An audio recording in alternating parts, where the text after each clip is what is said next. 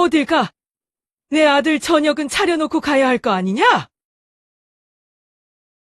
그날 현관문을 잡고 있던 제 손이 부들부들 떨렸습니다.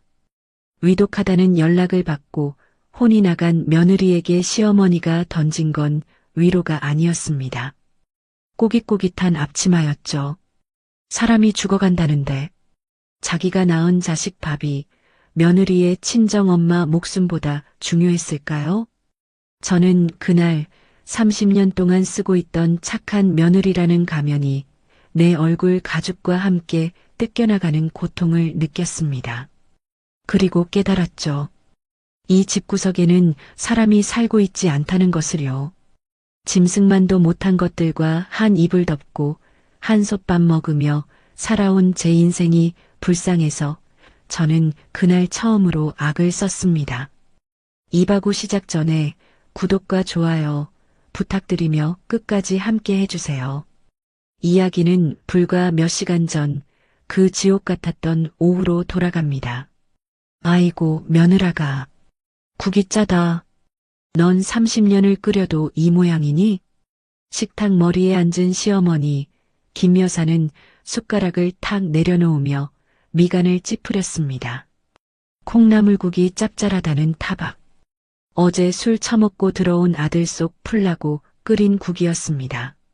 정작 술 먹은 당사자인 남편 민철은 소파에 벌러덩 누워 코까지 골며 자고 있는데 새벽부터 일어나 해장국 끓인 저만 죄인이 되어 있었습니다. 죄송해요 어머니. 물 좀 더 부을게요. 됐다. 입맛 버렸다. 너 일부러 그러지? 나 엿먹으라고? 저는 아무 대꾸도 하지 않고 국그릇을 걷었습니다. 대꾸해봐야 싸움만 나고 싸움이 나면 결국 어디 여자가 어른한테 말대꾸냐며 남편까지 가세에 저를 쥐잡듯 잡을 게 뻔했으니까요. 동네 사람들은 저를 보고 곰이라고 했습니다.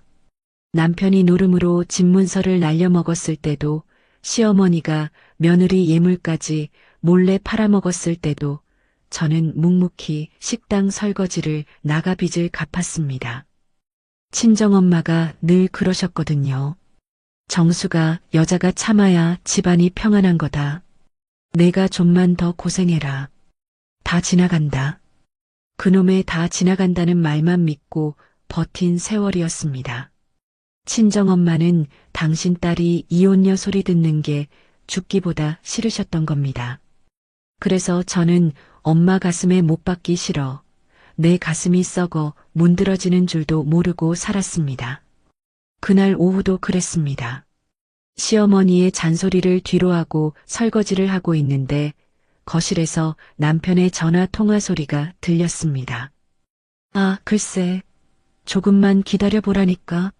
이번에 우리 마누라가 적금 타는 거 내가 어떻게든 손을 써서 심장이 쿵 내려앉았습니다. 또 도박 빚이구나. 이번 달에 만기되는 제 적금은 어떻게 알았는지 귀신같이 냄새를 맡고 또 사달을 낼 작정인 겁니다. 고무장갑을 낀 손이 부들부들 떨렸습니다.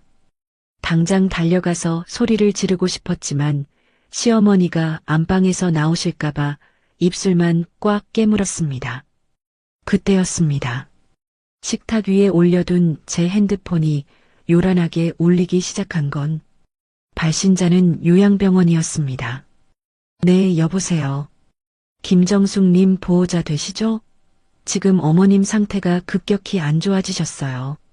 산소 포화도가 계속 떨어지는데 마음의 준비를 하시고 지금 바로 오셔야겠습니다. 오늘 밤을 넘기기 힘드실 것 같아요.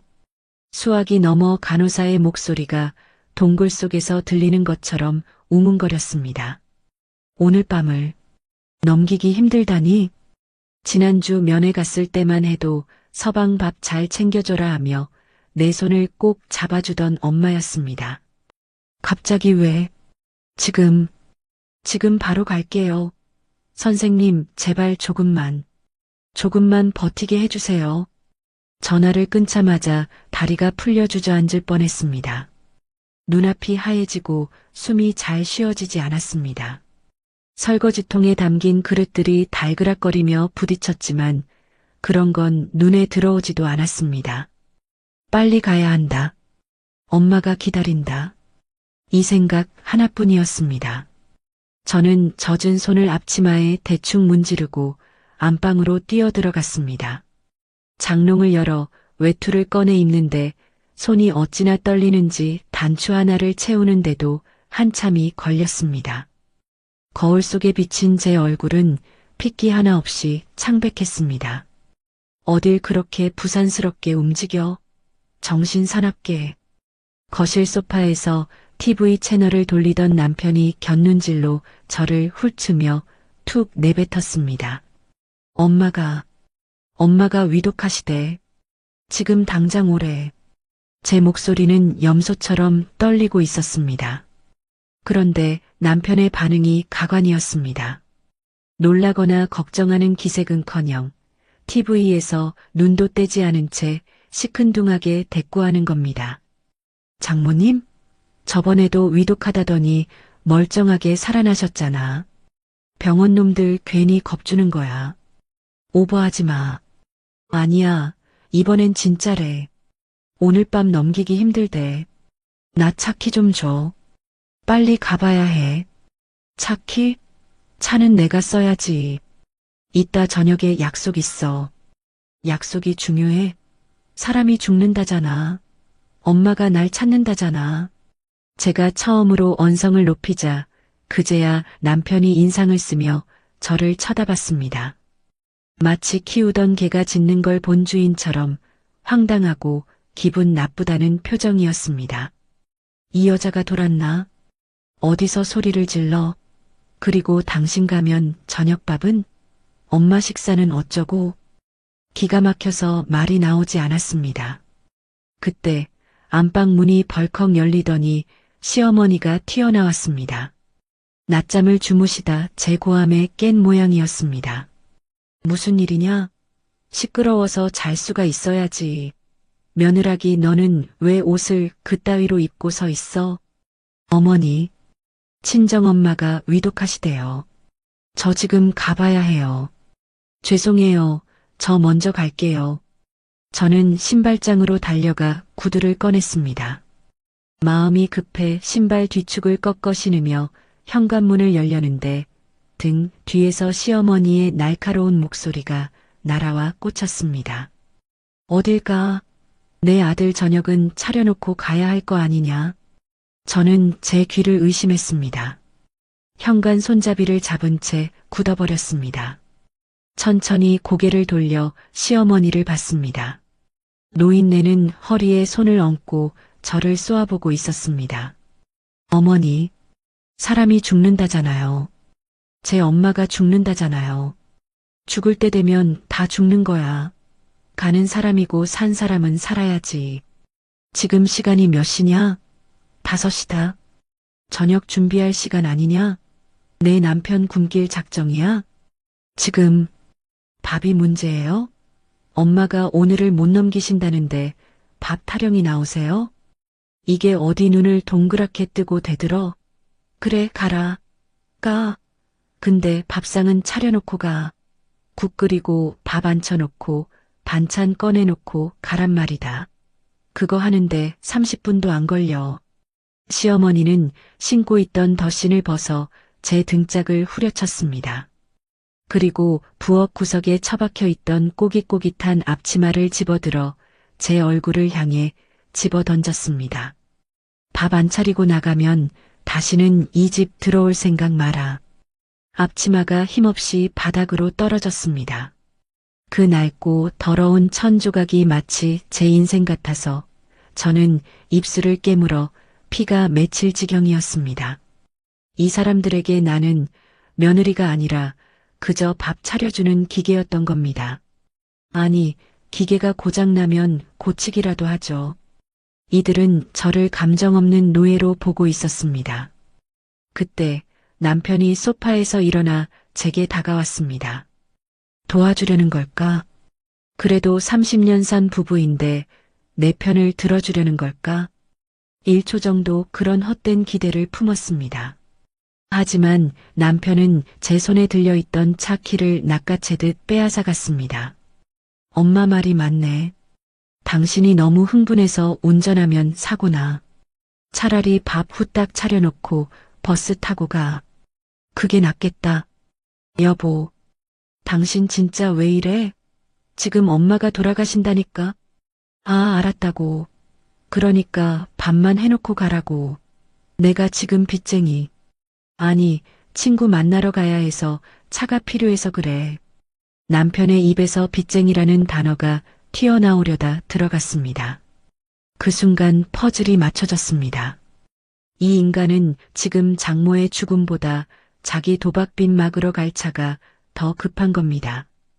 혹시라도 제가 친정에 가서 돈이라도 받아오지 못할까봐, 아니면 제가 없으면 집안이 엉망이 될까봐 그게 더 걱정인 겁니다. 눈물이 말라버렸습니다. 너무 기가 막히고 원통해서 눈물조차 나오지 않았습니다. 저는 바닥에 떨어진 앞치마를 내려다보았습니다. 그리고 고개를 들어 짐승보다 못한 두 모자를 노려보았습니다. 시어머니는 팔짱을 낀 채 빨리 부엌 안 들어가 하며 턱짓을 했고 남편은 차키를 주머니에 쑤셔 넣으며 딴청을 피웠습니다. 밥상? 제 입에서 쉰 소리가 새어나왔습니다. 그래, 밥상. 내가 시집와서 할 줄 아는 게 밥 짓는 거 말고 뭐 있냐? 얼른 가서 쌀 씻어. 시어머니의 호통 소리가 거실을 쩌렁쩌렁 울렸습니다. 시간은 계속 흐르고 있었습니다. 엄마가 기다리는데, 엄마가 무서워하고 있을 텐데, 여기서 이 인간들과 실랑이 할 시간조차 아까웠습니다. 하지만 동시에 가슴 깊은 곳에서 뜨거운 불덩이가 치밀어 올랐습니다. 내가 지금 밥을 차리면 나는 평생 이 집의 개가 된다. 엄마가 죽어가는 이 순간에도 밥을 차린다면 나는 짐승이다. 저는 떨리는 손으로 현관문 손잡이를 다시 꽉 쥐었습니다. 뒤에서 시어머니가 머리채라도 잡을 기세로 달려오고 있었습니다. 인연이 내 말이 말 같지 않아? 저는 결심했습니다. 이 문을 열고 나가는 순간 다시는 이 지옥 같은 집으로 돌아오지 않겠다고. 엄마, 조금만 기다려. 딸이 가. 이 지옥을 뚫고서라도 엄마한테 갈게. 저는 있는 힘껏 현관문을 밀어젖혔습니다. 쾅 마이너스. 등 뒤에서 육중한 철문이 닫히는 소리가 마치 제 인생의 한 챕터가 끝나는 소리처럼 들렸습니다. 복도에 울리는 그 굉음 속에는 너는 이제 끝이야라는 시어머니의 저주가 섞여 있는 듯 했습니다.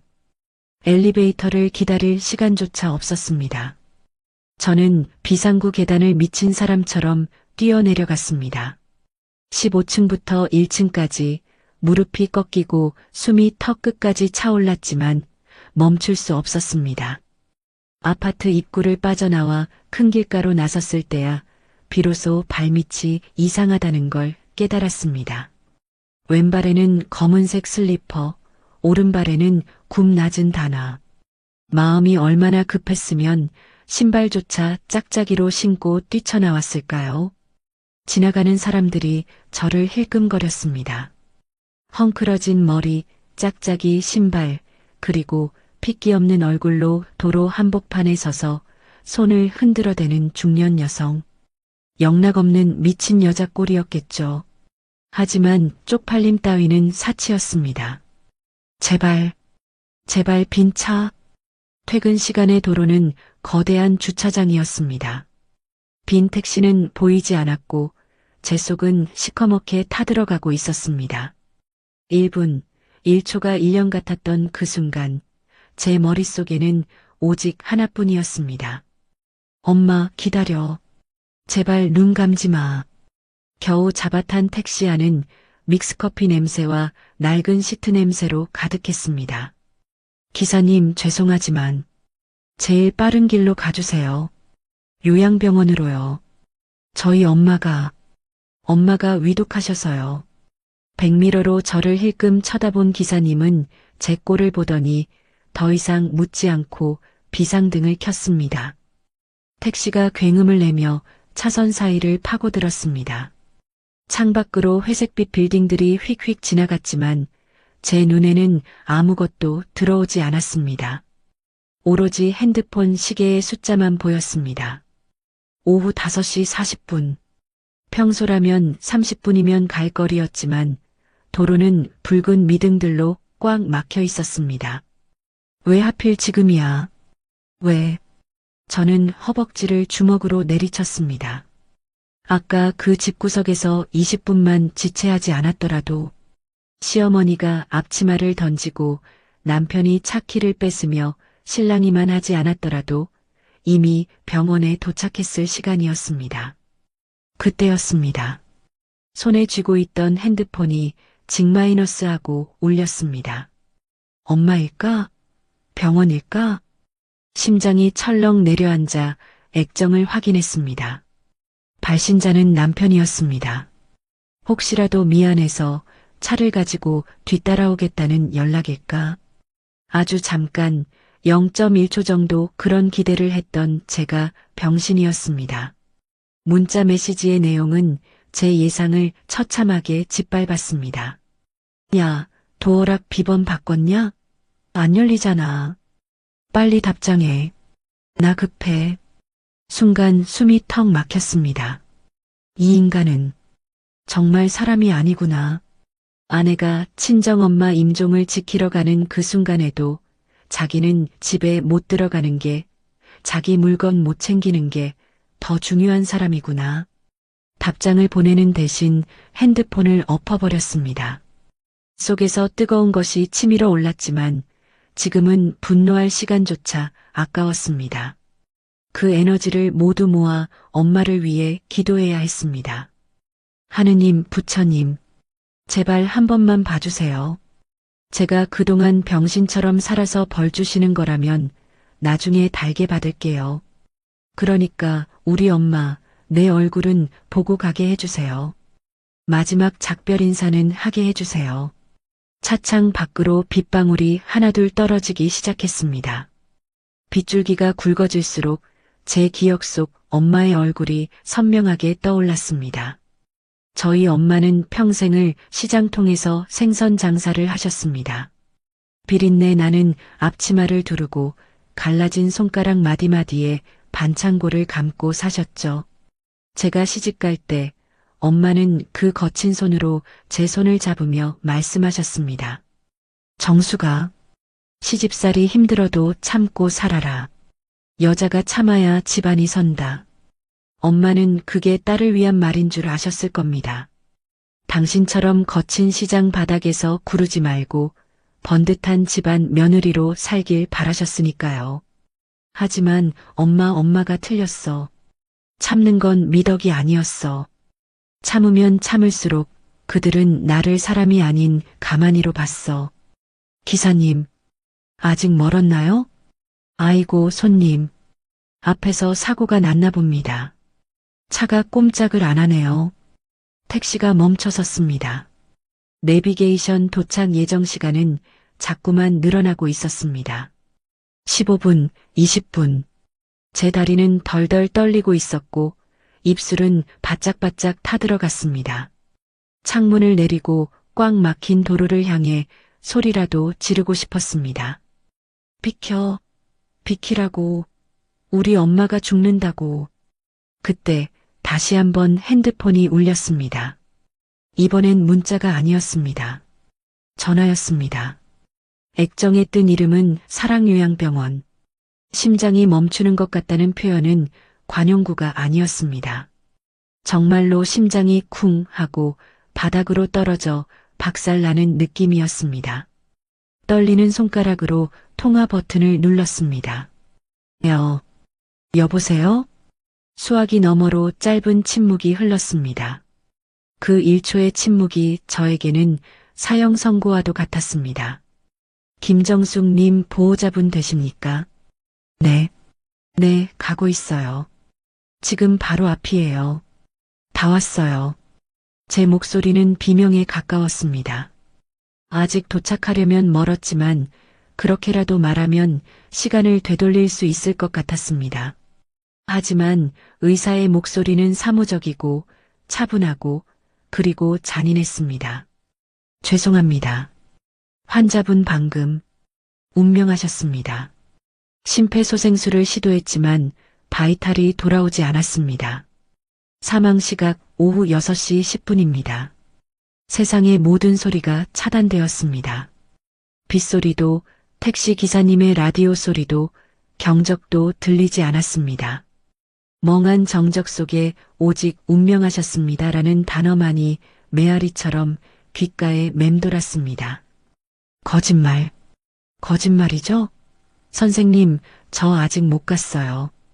엄마가 저 기다린다고 했단 말이에요. 딸년 얼굴도 안 보고 가실 분 아니에요.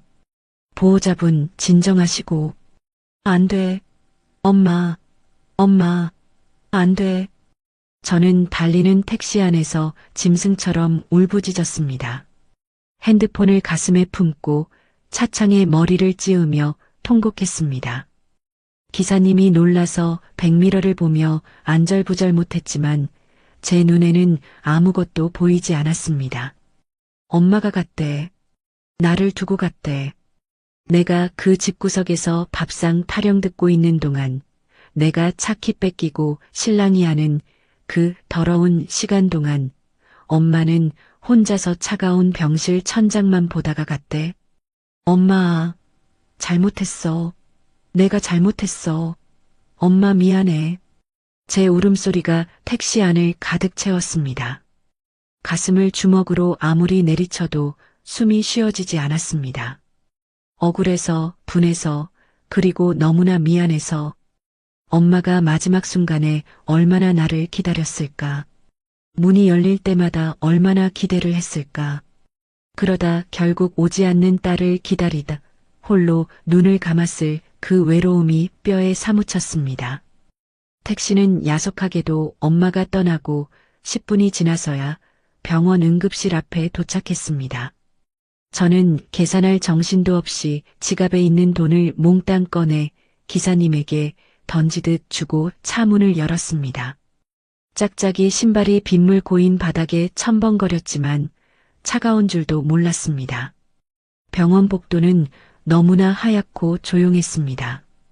그 하얀색이 저를 질식시킬 것만 같았습니다. 안내 데스크를 지나쳐 엄마가 계신 병실로 뛰어갔습니다. 복도 끝 열린 문 사이로 간호사들이 분주하게 움직이는 게 보였습니다. 그리고 그 한가운데 하얀 시트를 머리끝까지 덮어 쓴 침대가 놓여 있었습니다. 안 돼. 덮지 마요. 그거 덮지 마. 저는 비틀거리며 달려가 간호사의 팔을 뿌리쳤습니다. 그리고 떨리는 손으로 하얀 시트를 걷어내렸습니다. 엄마였습니다. 불과 며칠 전만 해도 서방 밥 굶기지 마라 잔소리하던 우리 엄마. 지금은 핏기 하나 없는 얼굴로 입을 약간 벌린 채 굳어버린 우리 엄마.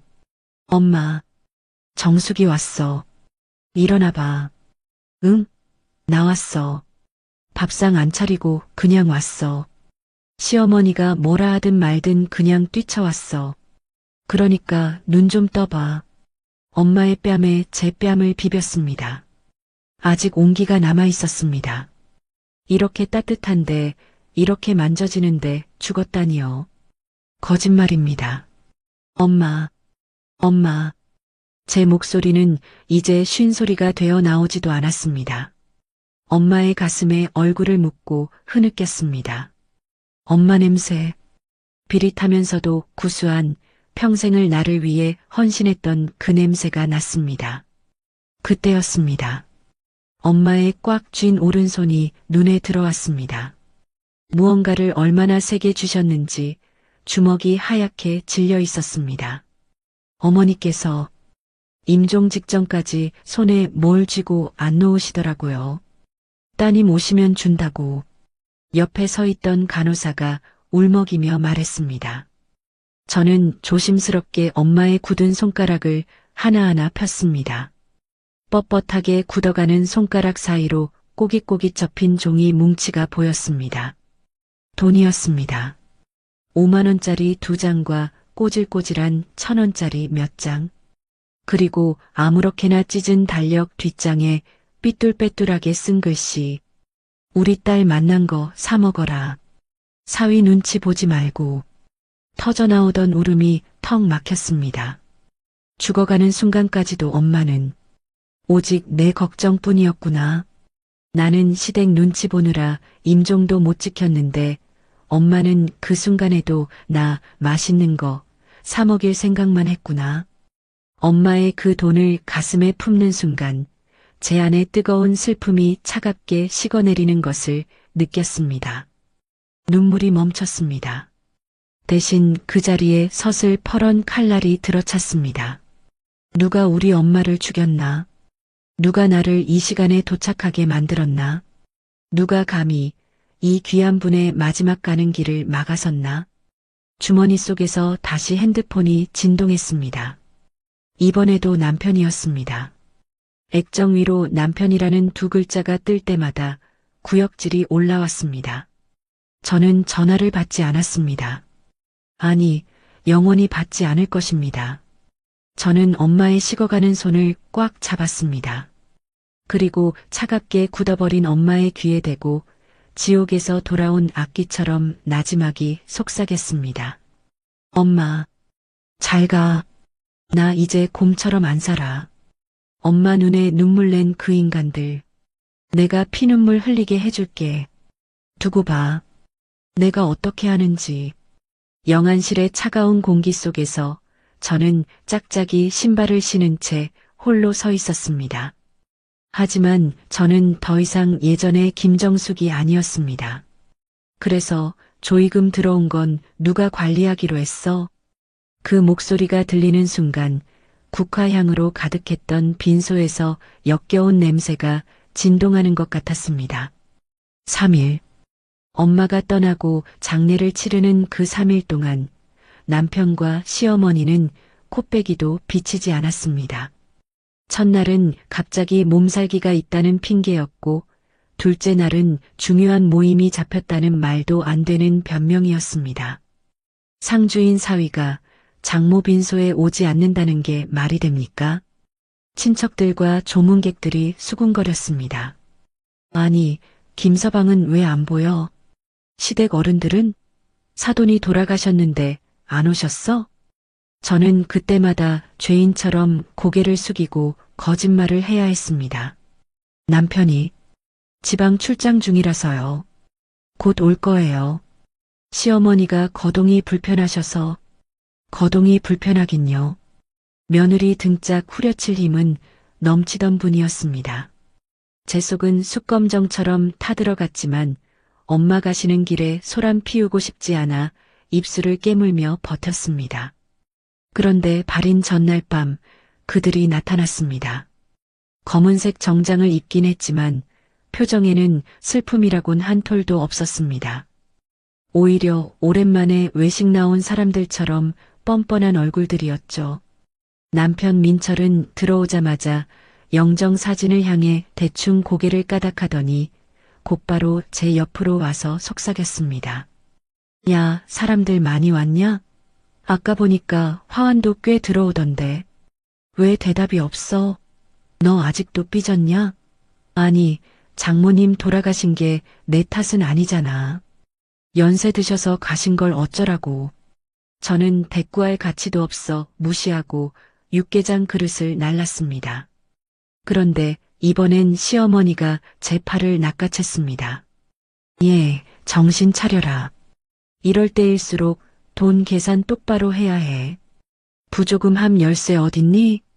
어머니, 오시자마자 돈 얘기세요? 그럼 어떡하니? 산 사람은 살아야지.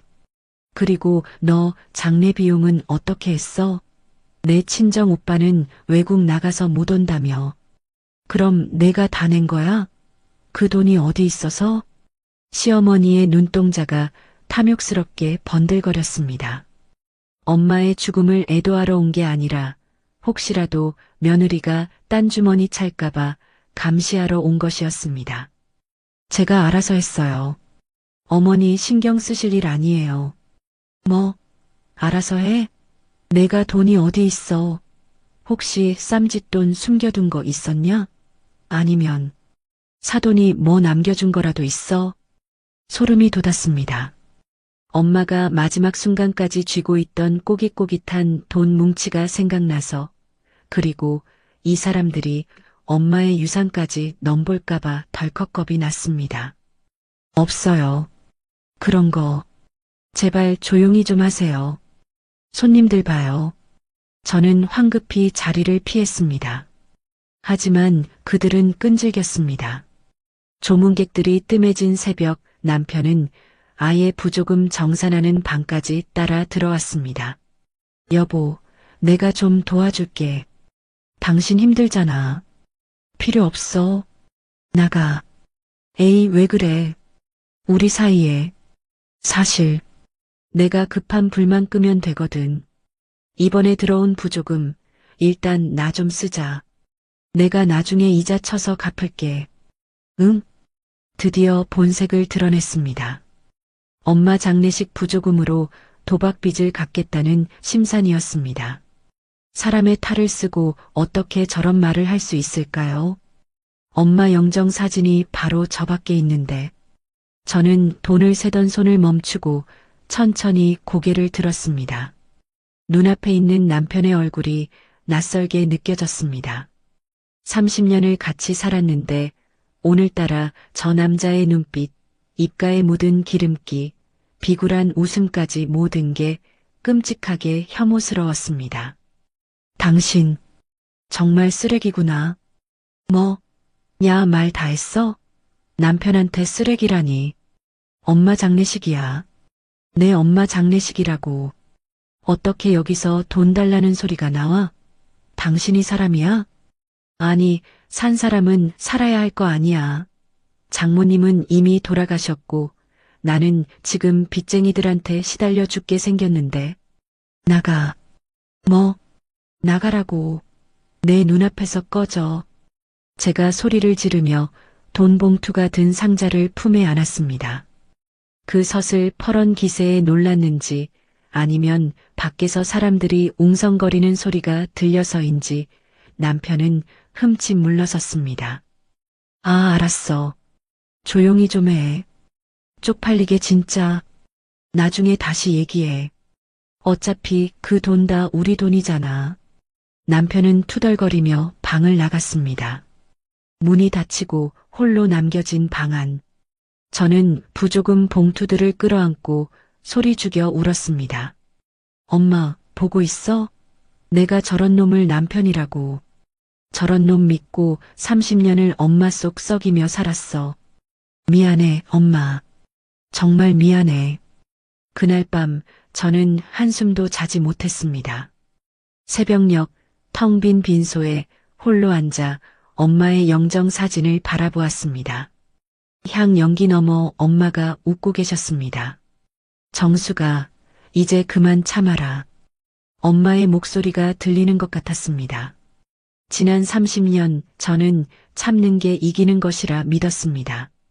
시어머니가 구박해도 남편이 사고를 쳐도 가정이 깨지는 게 두려워 꾹꾹 눌러 참았습니다.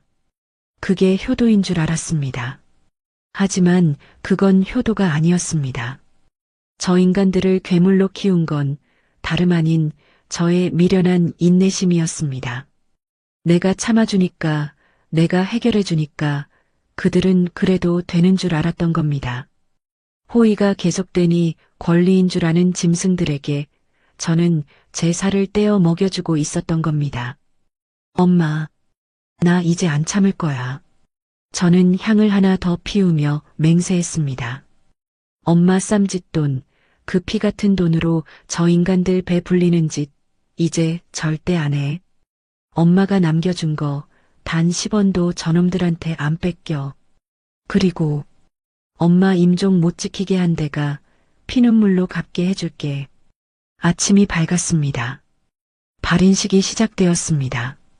운구차에 엄마의 관이 실릴 때 남편은 하품을 하며 시계를 보고 있었습니다. 시어머니는 아이고 날씨도 더운데 언제 끝나냐며 부채질을 하고 있었고요. 저는 그들의 뒷모습을 보며 차갑게 식은 눈으로 다짐했습니다. 이 장례가 끝나면 진짜 전쟁이다. 이제 당신들은 내 남편도 내 시어머니도 아니다. 그저 내가 처단해야 할 빚쟁이들일 뿐. 장지로 향하는 버스 안. 창밖 풍경이 빠르게 지나갔습니다. 엄마를 태운 버스는 터널을 지나고 있었습니다. 어두컴컴한 터널. 마치 제 지난 인생 같았습니다. 하지만 터널 끝에는 반드시 빛이 있겠죠. 저는 이제 그 빛을 향해 혼자 걸어갈 겁니다. 저 뒤에 앉아 코를 골며 자고 있는 남편을 버려두고요. 핸드폰을 꺼내 변호사 사무실 번호를 검색했습니다. 검색창에 이혼 소송, 재산 분할, 상속 포기 각서를 차례로 입력했습니다. 손가락은 더 이상 떨리지 않았습니다. 장례식은 끝났지만 나의 복수는 이제 막 시작되었습니다. 장례를 치르고 돌아온 집은 묘하게 낯설었습니다.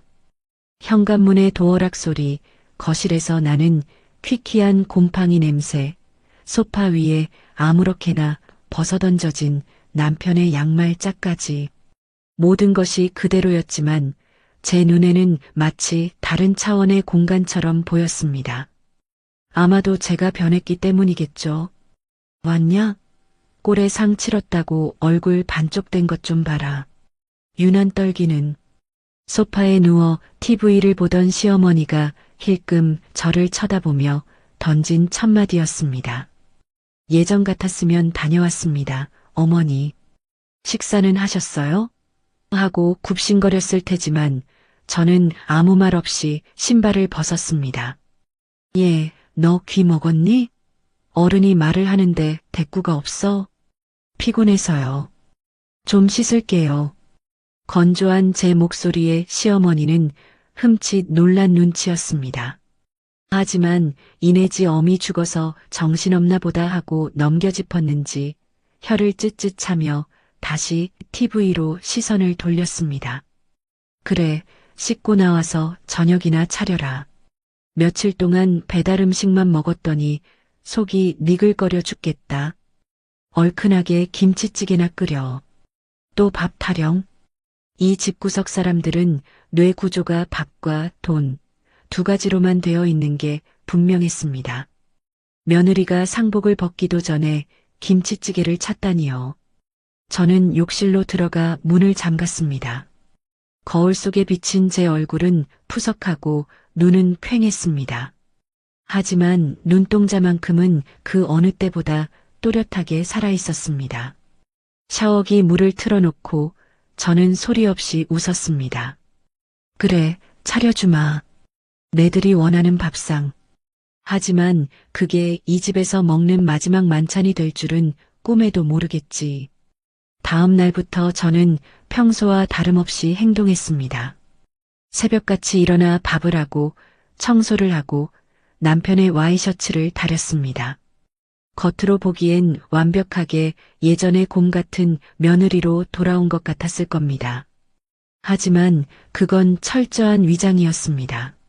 남편이 출근하고 사실 출근이랄 것도 없는 도박판 출근이지만 시어머니가 노인정에 마실을 나가는 순간 저는 첩보 요원처럼 움직였습니다. 가장 먼저 한 일은 안방 장롱 깊숙한 곳을 뒤지는 것이었습니다. 남편이 숨겨둔 비밀 장부를 찾기 위해서였죠. 예전부터 남편은 도박빚이나 사채 쓴 내역을 꼬깃꼬깃한 종이에 적어 장롱 밑바닥이나 안 입는 겨울 코트 주머니에 숨겨두곤 했습니다. 역시나 철지나 누렇게 변색된 양복 안주머니에서 꼬질꼬질한 차용증 뭉치가 나왔습니다. 일금 3천만 원 정. 이자 월 10%. 변제일 2025년 4월 1일. 각서 이번에도 못 갚으면 신체 포기. 기가 막혀서 헛웃음이 나왔습니다. 제 몰래 또 3천만 원이나 빌렸었더군요. 그것도 악명 높은 사채업자에게. 날짜를 보니 엄마 장례식 직전이었습니다. 엄마가 위독하다는 전화를 받았을 때 남편이 왜 그렇게 차키에 집착했는지, 왜 조이금에 눈독을 들였는지 모든 퍼즐이 맞춰졌습니다. 이 인간은 지금 벼랑 끝에 서 있는 겁니다. 그리고 그 벼랑에서 떨어지지 않으려고 제 친정 엄마의 조이금이라는 동아줄을 잡으려 했던 거고요. 더러운 놈. 저는 차용증들을 핸드폰으로 하나하나 찍었습니다. 그리고 조용히 제자리에 넣어두었습니다. 아직은 때가 아니니까요. 오후에는 변호사 사무실을 찾았습니다.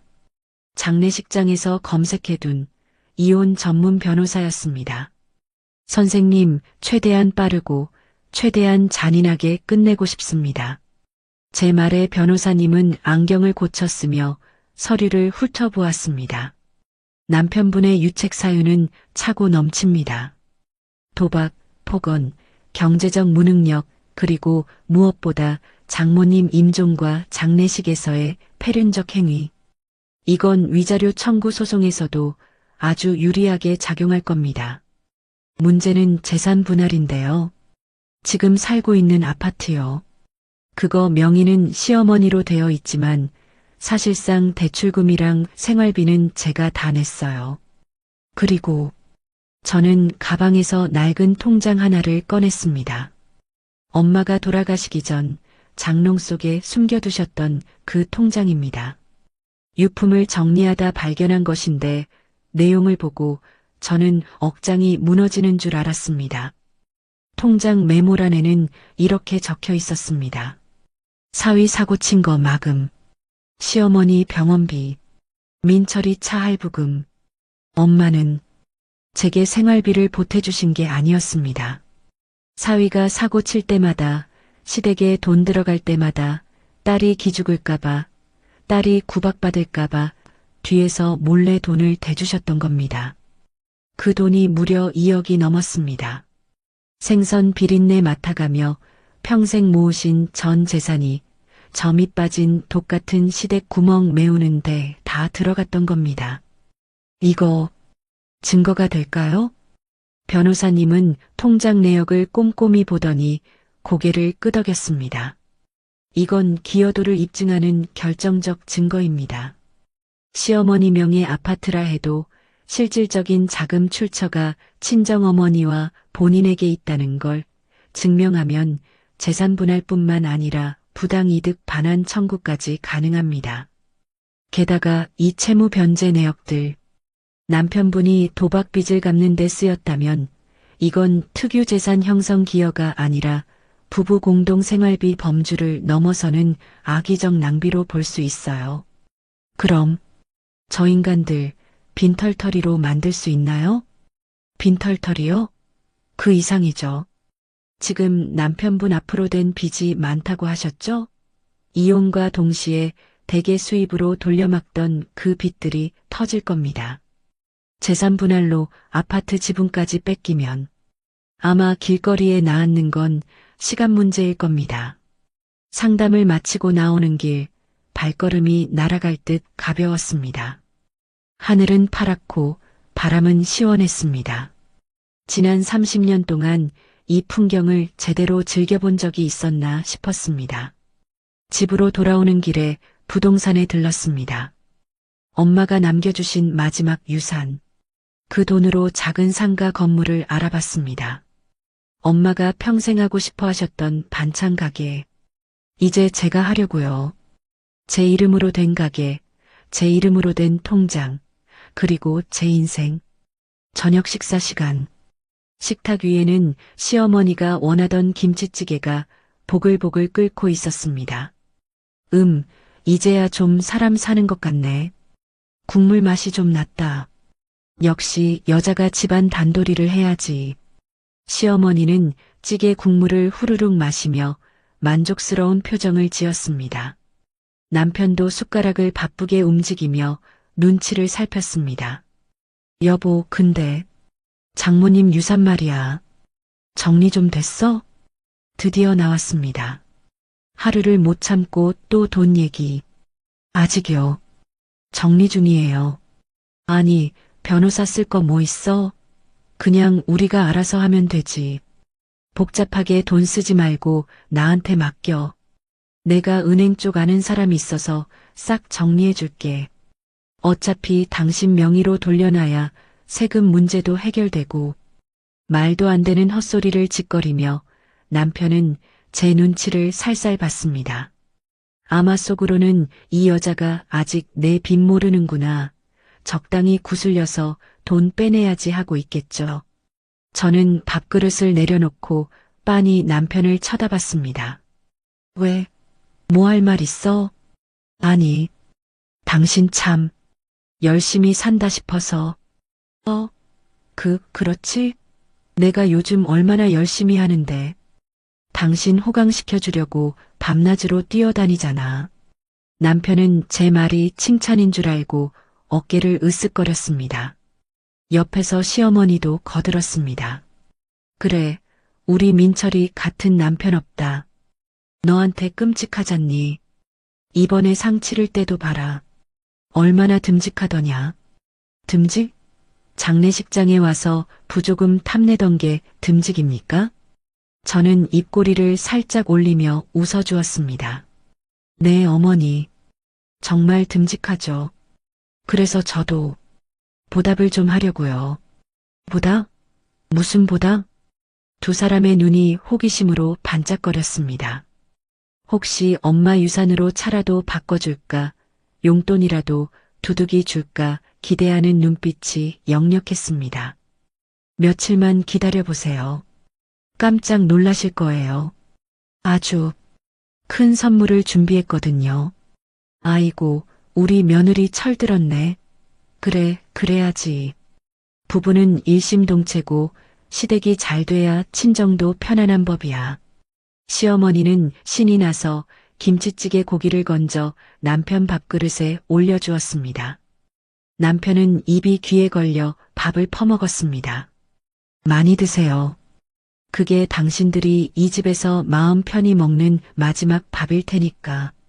저는 그날 밤 제 방 서랍 깊숙한 곳에 보관해둔 서류 봉투를 꺼내 확인했습니다. 이혼 소장, 부당이득 반환 청구 소장, 가압류 신청서, 모든 서류의 작성은 끝났습니다. 도장은 찍혔고 증거 자료는 완벽하게 첨부되었습니다. 제출만 하면 끝입니다. 디데이는 내일 모레 남편의 생일날입니다. 온 가족이 모여 축하 파티를 하기로 한 그날, 저는 세상에서 가장 특별한 생일 선물을 안겨줄 생각입니다.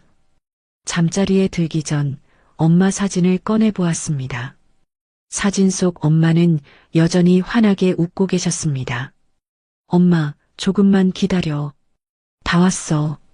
창밖에는 비가 내리고 있었습니다. 폭풍우가 몰아치기 직전의 고요함.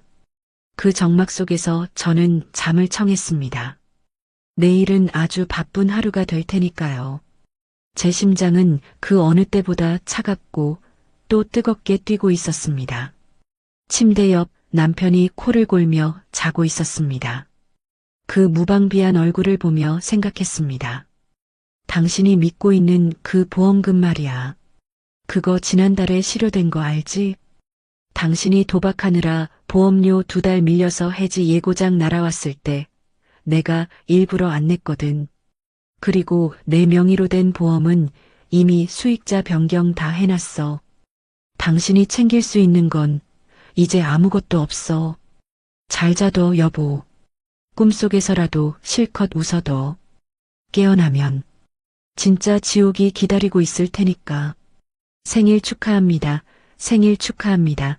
사랑하는 우리 민철 씨 생일 축하합니다. 거실에 경쾌한 박수 소리가 울려 퍼졌습니다. 식탁 위에는 남편이 좋아하는 갈비찜, 잡채, 미역국이 김을 모락모락 피우며 차려져 있었습니다. 시어머니는 흐뭇한 표정으로 며느리가 차린 진수성찬을 훑어보았고 남편 민철은 고깔 모자를 쓰고 아이처럼 들떠 있었습니다. 이야, 우리 마누라 솜씨 죽이네. 역시 내조의 여왕이야. 아침부터 고생했어. 남편이 케이크에 촛불을 껐습니다. 하얀 연기가 피어오르며 매캐한 냄새가 코를 찔렀습니다. 그 연기 사이로 보이는 남편의 웃는 얼굴이 제 눈에는 마치 먹잇감을 앞에 둔 돼지처럼 보였습니다. 자, 이제 선물 증정식 해야지. 당신이 준비했다는 그 큰 선물 말이야. 남편이 손을 내밀며 기대에 찬 눈빛을 보냈습니다. 시어머니도 젓가락을 든 채 눈을 반짝였습니다. 그래, 얘. 뭐니? 집 문서니? 아니면 차키니? 저는 식탁 아래에 두었던 두툼한 서류 봉투를 꺼내 식탁 위에 올려놓았습니다. 쿵 하는 묵직한 소리가 식탁 위의 정적을 갈랐습니다. 여기요. 당신이 그토록 원하던 거. 뭐야? 땅 문서야? 남편이 허겁지겁 봉투를 낚아채 뜯었습니다. 종이 뭉치를 꺼내 펼쳐든 남편의 입꼬리가 귀에 걸렸다가 1초, 2초. 시간이 지날수록 서서히 굳어지기 시작했습니다. 이혼 소장, 위자료 청구 소송, 재산 분할 및 부당이득 반환 청구. 남편의 눈동자가 지진 난 것처럼 흔들렸습니다. 이게 뭐야? 이혼? 소송? 뭐라고? 이혼? 시어머니가 먹던 갈비찜을 떨어뜨리며 소리쳤습니다. 미쳤어? 너 돌았니? 생일날 이게 무슨 재수 없는 짓이야. 저는 차분하게 자리에서 일어나 식탁 모서리를 짚고 두 사람을 내려다보았습니다. 지난 30년 동안 저를 짓눌렀던 그 높고 거대해 보였던 사람들이 지금은 한없이 작고 초라해 보였습니다. 재수 없죠? 네, 재수 없으라고 드리는 거예요. 평생 잊지 못할 생일 선물 되시라고. 김정숙, 너 지금 장난해? 엄마 유산 좀 생겼다고 눈에 뵈는 게 없어? 남편이 서류를 바닥에 내동댕이 치며 벌떡 일어났습니다. 얼굴이 불그락푸르락해서 삿대질을 해대는데 하나도 무섭지가 않았습니다. 오히려 가소로웠습니다. 유산? 그래, 그 얘기 잘 나왔네. 저는 또 다른 서류 한 장을 꺼내 남편 얼굴 앞에 들이밀었습니다. 바로 엄마가 남긴 낡은 통장 사본이었습니다. 이거 봐. 똑똑히 봐. 이게 뭔데?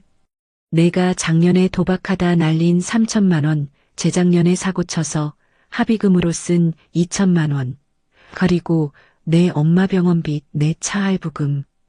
그거 다 어디서 났게? 그거야 당신이 식당 일에서 번 돈이랑 적금 깬 거. 착각하지 마. 내가 식당 설거지에서 번 돈으로 그 큰 돈을 어떻게 막아? 그거 다 우리 엄마 쌈짓돈이었어. 뭐? 우리 엄마가 시장 바닥에서 생선 내장 따가며 10년, 20년 모은 피 같은 돈이었다고.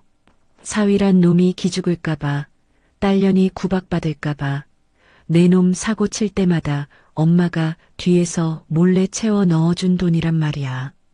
제 목소리가 거실을 쩌렁쩌렁 울렸습니다. 억눌러왔던 분노가 화라산처럼 터져나왔습니다.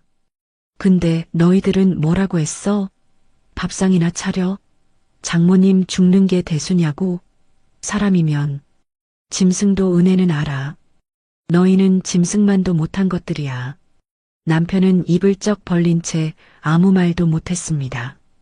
시어머니는 부들부들 떨며 숟가락을 식탁에 내리쳤습니다. 그래서 시어머니 앞에서 고개 빳빳이 들고 소리 지르면 다냐? 내 친정 엄마가 돈 좀 줬다고 유세 떠는 거야, 지금? 유세? 아직도 상황 파악이 안 되시나 본데. 저는 싸늘하게 웃으며 핸드폰을 꺼냈습니다. 방금 이 시간부로 제 명의로 된 모든 신용카드 정지시켰어요. 그리고 이 집 생활비 통장, 자동이체 다 끊었습니다. 그리고 관리비도 이번 달부터 미납일 거예요. 뭐라고? 이제 당신들 힘으로 살아봐요. 밥상을 차려 먹든 굶든 빚쟁이한테 쫓기든 난 이제 상관없으니까. 저는 안방으로 들어갔습니다. 미리 싸둔 캐리어 2개가 문 앞에 덩그러니 놓여 있었습니다. 이 집에서 제 짐을 정리하는 데는 딱 30분밖에 걸리지 않았습니다. 30년 세월이 고작 가방 2개라니 허무하기도 했지만 그만큼 미련도 없다는 뜻이겠죠. 캐리어를 끌고 나오는데 남편이 제 앞을 가로막았습니다. 아, 못 가. 누구 마음대로 나가. 나 이혼 안 해. 절대 안 해. 비켜. 못 비켜. 장모님 돈? 그래, 고맙게 썼어.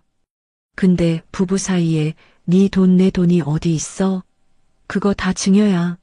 법적으로 따져보자고. 그래, 따져. 법원에서 보자고. 근데 그거 알아? 당신이 믿고 있는 그 변호사 비용, 그것도 돈이 있어야 쓸 수 있는 거야. 뭐? 당신 지금 수중에 현금 얼마 있어? 당장 내일 갚아야 할 사채 이자는 있고? 남편의 눈동자가 흔들렸습니다. 전곡을 찔린 겁니다. 그리고 하나 더. 당신이 아끼는 저 65인치 TV, 양문형 냉장고, 그리고 저 소파. 제가 손가락으로 가구들을 가리켰습니다. 저거 다 내 카드로 산 거야. 영수증 내가 다 가지고 있어. 내일 중고가전센터에서 가지러 올 거야. 문 안 열어주면 주거 침입이랑 절도로 신고할 거니까 알아서 해. 야, 이 독한 년아. 남편이 제 멱살을 잡으려 손을 뻗었습니다. 하지만 저는 피하지 않고 그 손을 탁 쳐냈습니다. 예전에 힘없고 주눅든 아내가 아니었습니다. 손대지 마. 폭행 추가되면 위자료만 더 올라가. 남편은 멈칫하며 손을 허공에 멈췄습니다. 그 비겁하고 나약한 모습을 보니 구역질이 올라왔습니다. 어머니, 잘 계세요. 아드님 밥상, 이제 어머니가 평생 차려주시면 되겠네요. 소원대로 되셨으니 축하드려요. 저는 멍하니 서 있는 시어머니에게 마지막 인사를 건네고 현관으로 향했습니다. 정수가, 예, 너 정말 이럴 거냐? 내가 잘못했다. 응? 내가 말 심하게 한 거 사과할게. 돌아와라. 시어머니가 뒤늦게 다급하게 소리쳤습니다. 제 돈줄이, 제 노동력이 사라진다는 공포가 엄습한 모양이었습니다. 여보, 내가 각서 쓸게. 다시는 도박 안 할게. 까지마. 남편도 제 다리를 붙잡고 매달렸습니다. 바짓가랑이를 잡고 늘어지는 꼴이 가관이었습니다. 이거나. 저는 남편을 벌레 털어내듯 발로 밀어냈습니다. 늦었어. 기회는 장례식장에서 끝났어. 당신들이 내 엄마 빈소에서 돈 얘기 꺼냈을 때, 그때 이미 끝난 거야. 도어락 잠금 해제 소리가 경쾌하게 울렸습니다. 띠리링 마이너스. 문이 열리고 시원한 바깥 공기가 훅 들어왔습니다. 그 공기는 자유의 냄새였습니다. 안녕히 계세요. 남남으로 만나요, 우리. 쾅 마이너스. 현관문을 닫는 소리가 그 어느 때보다 크고 명쾌했습니다. 문 밖으로 나오자마자 안에서 우당탕하는 소리와 함께 남편의 비명 같은 절규가 들려왔습니다. 김정숙. 저는 뒤도 돌아보지 않았습니다. 엘리베이터 버튼을 누르고 기다리는 동안 제 얼굴에는 저도 모르게 미소가 번졌습니다. 눈에서는 눈물이 흐르는데 입은 웃고 있는 기묘한 표정이었을 겁니다. 엘리베이터 거울 속에 저와 눈이 마주쳤습니다. 고생했어, 정수가. 이제 진짜 내 인생 살아. 1층 로비로 내려와 밖으로 나오니 어느새 비는 그치고 맑은 달이 떠 있었습니다. 택시를 잡았습니다. 어디로 모실까요? 갈 곳이 없다는 생각이 들었지만 두렵지 않았습니다. 오히려 설레었습니다. 어디든 갈 수 있다는 뜻이니까요. 기사님, 일단 강변북로 좀 달려주세요. 창문 다 열고요. 네, 알겠습니다. 택시가 출발하고 시원한 밤바람이 제 머리카락을 헝클어뜨렸습니다. 저는 가방에서 핸드폰을 꺼냈습니다. 그리고 저장된 이름들을 하나씩 수정했습니다. 시어머니 피고일, 남편 피고이, 그리고 차단 버튼을 눌렀습니다. 이제 그들은 제 세상에서 완전히 삭제되었습니다. 남은 건 법정이라는 링 위에서의 싸움뿐. 하지만 걱정하지 않습니다. 제 곁에는 엄마가 남겨준 든든한 방패유산화, 제가 갈고 닦은 창증거이 있으니까요. 엄마 봤지? 나 시원하게 한 방 먹였어. 이제 시작이야. 밤하늘의 달이 엄마 얼굴처럼 환하게 저를 비추고 있었습니다. 으악, 내 TV, 내 냉장고. 안 돼, 이놈들아. 다음 날 아침, 아파트 복도가 떠나가라 시어머니의 비명소리가 울려 퍼졌습니다. 하지만 파란 조끼를 입은 인부들은 꿈쩍도 하지 않았습니다. 그들은 능숙한 솜씨로 65인치 TV를 벽에서 떼어내고 양문형 냉장고를 현관 밖으로 밀어냈습니다. 할머니, 비키세요. 이거 다 김정숙 씨 명의로 된 물건이고 정당하게 매입 절차 밟고 가져가는 겁니다. 방해하시면 업무방해로 경찰 부릅니다. 뭐? 업무방해? 야, 이 도둑놈들아. 내가 이 집 주인이야. 내 허락도 없이 남의 살림을 가져가. 시어머니가 인부의 팔을 물어뜯을 기세로 매달렸지만 남편 민철은 구석에 쭈그리고 앉아 머리를 감싸쥐고만 있었습니다. 어젯밤 술을 얼마나 퍼마셨는지 술 냄새가 진동했고 눈은 퀭하니 풀려 있었습니다. 아, 민철아, 너 뭐하고 있어? 내 마누라가 보낸 깡패들이 내 살림 다 털어가는데 보고만 있을 거야? 아, 엄마 좀 시끄러워. 머리 깨질 것 같아. 이 등신 같은 놈, 사내 새끼가 되어서 마누라 하나 단속 못해서 이 꼴을 당해? 애구구, 내 팔자야. 시어머니는 바닥을 치며 통곡했습니다. 하지만 인부들은 냉정했습니다. 소파, 김치 냉장고, 세탁기, 심지어 안방 침대 매트리스까지 제가 혼수로 해왔거나 제 카드로 할부 긁어산 모든 것들이 썰물처럼 빠져나갔습니다. 30분 뒤 화려했던 30평 아파트 거실에는 덩그러니 먼지 굴러다니는 자국만 남았습니다. 시어머니가 아끼던 앤틱 장식장도 남편이 보물단지처럼 모시던 오디오 세트도 사라졌습니다. 남은 건 낡은 식탁 하나와 색이 바랜 방석 몇 개뿐. 집은 순식간에 폐가처럼 변했습니다. 그 시각 저는 강남의 한 변호사 사무실에서 따뜻한 커피를 마시고 있었습니다. 네, 방금 가전제품 수거 완료했다고 연락받았습니다. 중고 매입 대금은 의뢰인 계좌로 입금될 겁니다. 변호사님의 말에 저는 창밖을 바라보며 미소 지었습니다. 생각보다 일 처리가 빠르네요. 속이 다 시원합니다. 이제 시작입니다. 오늘 오후에는 가압류 집행관들이 방문할 겁니다. 남편분 채무가 워낙 많아서 아마 사채업자들도 냄새 맡고 움직일 텐데요. 타이밍이 기가 막히게 겹치겠군요. 상관없어요. 그들이 겪을 지옥, 제가 알 바 아니니까요. 저는 핸드폰을 꺼내 은행 앱을 켰습니다. 입금 350만 원 중고센터. 제 피땀 어린 돈으로 샀던 물건들 헐값에 팔아치웠지만 아깝지 않았습니다. 그 돈으로 제 새 출발을 위한 그릇이나 사야겠습니다. 다시 시댁. 아니, 그 집 상황입니다. 점심때가 지나자 배에서 꼬르륵 소리가 났습니다. 시어머니는 텅 빈 부엌을 서성거렸습니다. 냉장고가 사라진 자리에는 콘센트 구멍만 휑하게 뚫려 있었습니다. 민철아, 밥 없냐? 배고파 죽겠다. 며느리 그년이 쌀통까지 가져갔나 보다. 독한 년. 아, 몰라. 시켜 먹어. 짜장면이나 시켜. 남편은 방바닥에 누워 핸드폰만 만지작거렸습니다. 배달앱을 켜고 주문 버튼을 눌렀지만 곧바로 결제 실패 잔액 부족 알림이 떴습니다. 제 카드를 정지시켰으니 당연한 결과였죠. 젠장, 카드도 막혔어. 엄마, 현금 좀 있어? 내가 현금이 어딨냐? 내가 저번에 다 가져갔잖아. 노름빚 갚는다고. 아, 진짜. 그럼 굴무라는 거야 뭐야? 서로에게 고함을 지르며 삿대질을 하던 그때였습니다. 쾅, 쾅, 쾅.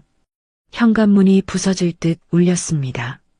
초인종 소리도 아니고 주먹으로 철문을 내려치는 둔탁한 소리였습니다. 김민철, 안에 있는 거 다 알아. 문 열어. 걸걸한 남자의 목소리. 남편의 얼굴이 사색이 되었습니다. 왔다. 그놈들이야. 누구냐? 사채업자. 엄마, 조용히 해. 없는 척해. 제발. 남편은 벌벌 떨며 안방 장롱 속으로 기어 들어갔습니다. 시어머니는 영문도 모른 채 거실 한복판에 서서 덜덜 떨었습니다. 띠리링 마이너스. 도어락이 해제되는 소리가 났습니다. 비밀번호? 바꿀 정신도 없었을 테니 당연히 0000이나 1234였겠죠. 문이 열리고 덩치 큰 남자 셋이 구둣발로 거실에 들어섰습니다. 아이고, 집구석 꼬라지 봐라. 벌써 털렸네. 가장 앞에 선 남자가 껌을 씹으며 비아냥거렸습니다. 험상궂은 얼굴에 금목걸이를 한 그는 텅 빈 거실을 둘러보며 혀를 찼습니다. 누구세요? 남의 집에 신발 신고. 시어머니가 기어 들어가는 목소리로 항의하자 남자가 씩 웃으며 다가왔습니다. 할머니, 저 기억 안 나요? 10년 전에 이 앞에서 과일 장사하던 박씨 아들인데 할머니가 우리 엄마한테 어디서 썩은 과일 파냐고 바구니 걷어차고 침 뱉었잖아요. 그때 우리 엄마가 억울해서 우는 거 보고 내가 다짐했지. 꼭 성공해서 갚아주겠다고. 근데 이렇게 채권자로 만나네. 세상 참 좁죠? 남자는 품에서 빨간 딱지 뭉치를 꺼냈습니다. 자, 작업 시작해. 돈 될 만한 건 다 붙여. 숟가락 하나까지. 예, 형님. 나머지 두 남자가 신이 나서 집안 곳곳을 누비기 시작했습니다. 그나마 남아있던 낡은 식탁, 시어머니의 화장대, 그리고 장롱문까지 빨간 딱지가 덕지덕지 붙었습니다. 안 돼. 이건 내 거야. 우리 영감 제사상에 올리는 촛대라고. 시어머니가 유기 촛대를 뺏으려 하자 남자가 가볍게 밀쳤습니다. 시어머니는 힘없이 바닥에 나뒹굴었습니다. 아이고, 사람 죽이네. 강도야, 경찰에 신고해. 신고하세요. 우린 법원 판결문 들고 온 거니까. 아, 그리고 김민철 씨? 거기 숨어 있으면 안 더워요? 남자가 장롱문을 벌컥 열었습니다. 이불 사이에 처박혀 있던 남편이 비명도 못 지르고 끌려 나왔습니다. 형님, 한 번만 봐주세요. 제가 아내한테 연락해서 돈 받아낼게요. 며칠만. 아내? 그 김정숙 씨? 그분이 우리한테 정보 주던데 여기 숨어 있을 거라고. 네. 그리고 그분은 이미 연대보증해지각서 내용 증명으로 다 보냈더라고. 당신 빚은 당신이 갚아야지. 왜 엄한 마누라를 팔아? 남자는 남편의 뺨을 툭툭 쳤습니다. 일주일 준다. 일주일 안에 3천 안 갚으면 이 집 경매 넘기고 너희 모자는 길바닥이야. 알겠어? 사채업자들이 폭풍처럼 휩쓸고 간 뒤 집안은 정적이 감돌았습니다. 빨간 딱지가 붙은 가구들 사이로 저녁 노을이 붉게 스며들었습니다. 마치 피처럼 붉은 빛이었습니다. 이게 무슨 꼴이냐? 시어머니는 바닥에 주저앉아 넋을 잃었습니다. 남편은 퉁퉁 부은 뺨을 감싸 쥐고 훌쩍거렸습니다. 엄마, 배고파. 밥 좀 줘. 이 미친놈아. 지금 밥이 넘어가냐? 내 마누라 어디 갔어? 당장 잡아와. 무릎 꿇고 빌어서라도 데려오란 말이야. 전화 안 받는데 어떡해. 차단했다잖아. 그럼 찾아가야지. 친정이든 어디든 뒤져서라도 데려와야 할 거 아니야. 돈줄 끊기니까 아주 죽겠다 내가. 그때 현관문에 꽂혀있던 고지서 뭉치가 눈에 들어왔습니다. 반전 예고장. 도시가스 공급 중단 안내. 이미 3개월이나 밀려 있었던 겁니다. 제가 관리비 통장에서 자동이체를 해지한 건 이번 달이지만 그 전부터 남편이 제 몰래 공과금 낼 돈을 빼돌려 썼던 모양입니다. 불도 끊긴대. 남편이 종이를 떨구며 중얼거렸습니다. 해가 지고 어둠이 깔리기 시작했습니다. 스위치를 눌러봤지만 전등은 들어오지 않았습니다. 정말로 전기가 끊긴 겁니다. 어둠 속에서 두 사람은 서로의 얼굴도 제대로 보지 못한 채 앉아 있었습니다. 냉장고도 TV도 불빛도 없는 집. 그곳은 더 이상 스위트홈이 아니라 무덤이었습니다. 같은 시각 저는 시내가 한눈에 내려다 보이는 호텔 라운지에 있었습니다. 엄마의 유산 중 일부로 작은 오피스텔을 얻기 전까지 며칠간은 저를 위해 사치를 부리기로 했습니다. 와인 한 잔 더 드릴까요? 네, 주세요. 레드 와인으로요. 웨이터가 따라주는 붉은 와인을 보며 생각했습니다. 지금쯤 그들은 뭘 하고 있을까? 아마 칠흑 같은 어둠 속에서 서로를 원망하며 헐뜯고 있겠지. 배고픔에 지쳐 먹다 남은 과자 부스러기라도 찾고 있을까? 통쾌했습니다. 하지만 한편으로는 서글펐습니다. 저런 인간들과 30년을 살았다니. 내 인생의 절반을 저런 쓰레기통에 처박혀 살았다니. 엄마가 보고 싶었습니다. 엄마, 나 잘하고 있는 거 맞지? 엄마가 준 돈, 이렇게 써서 미안해.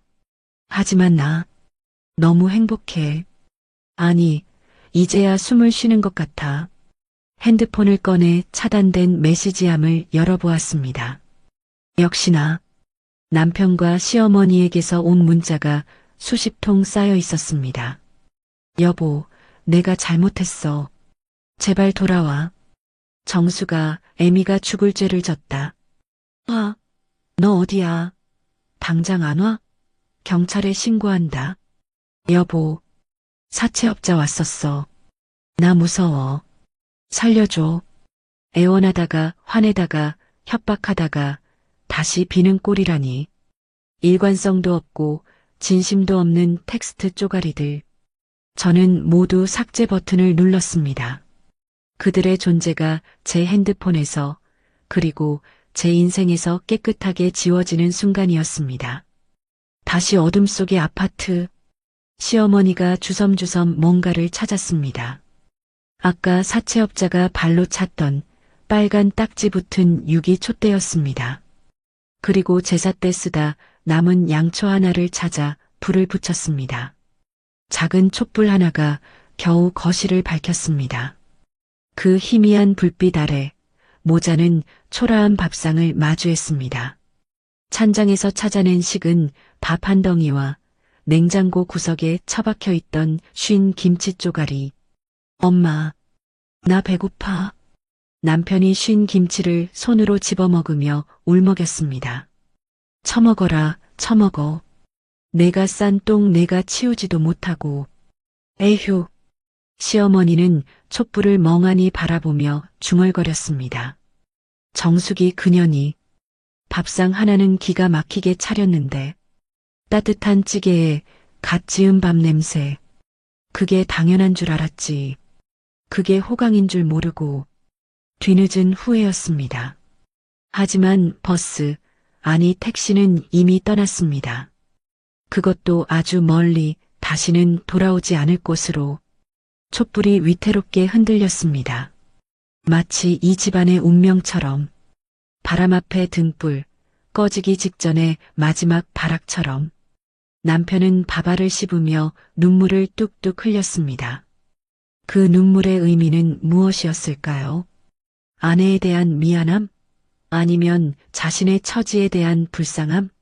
아마도 후자였을 겁니다. 끝까지 이기적인 인간들이니까요. 여보, 보고 싶다. 남편의 입에서 나온 그 역겨운 고백이 어둠 속에 흩어졌습니다. 어서 오세요. 엄마의 부엌입니다. 경쾌한 풍경 소리와 함께 가게 문이 열렸습니다. 향긋한 나물 무침 냄새와 고소한 참기름 향이 가게 안을 가득 채우고 있었습니다. 사장님, 여기 멸치볶음이랑 더덕무침 좀 줘요. 저번에 사갔는데 우리 며느리가 너무 맛있다고 난리네. 어머, 정말요? 고마워라. 제가 덤으로 파김치 좀 더 넣어드릴게요.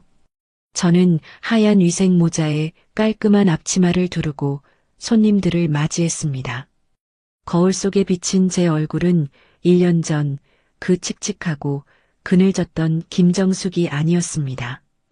피부에는 윤기가 흘렀고 입가에는 여유로운 미소가 떠나지 않았습니다.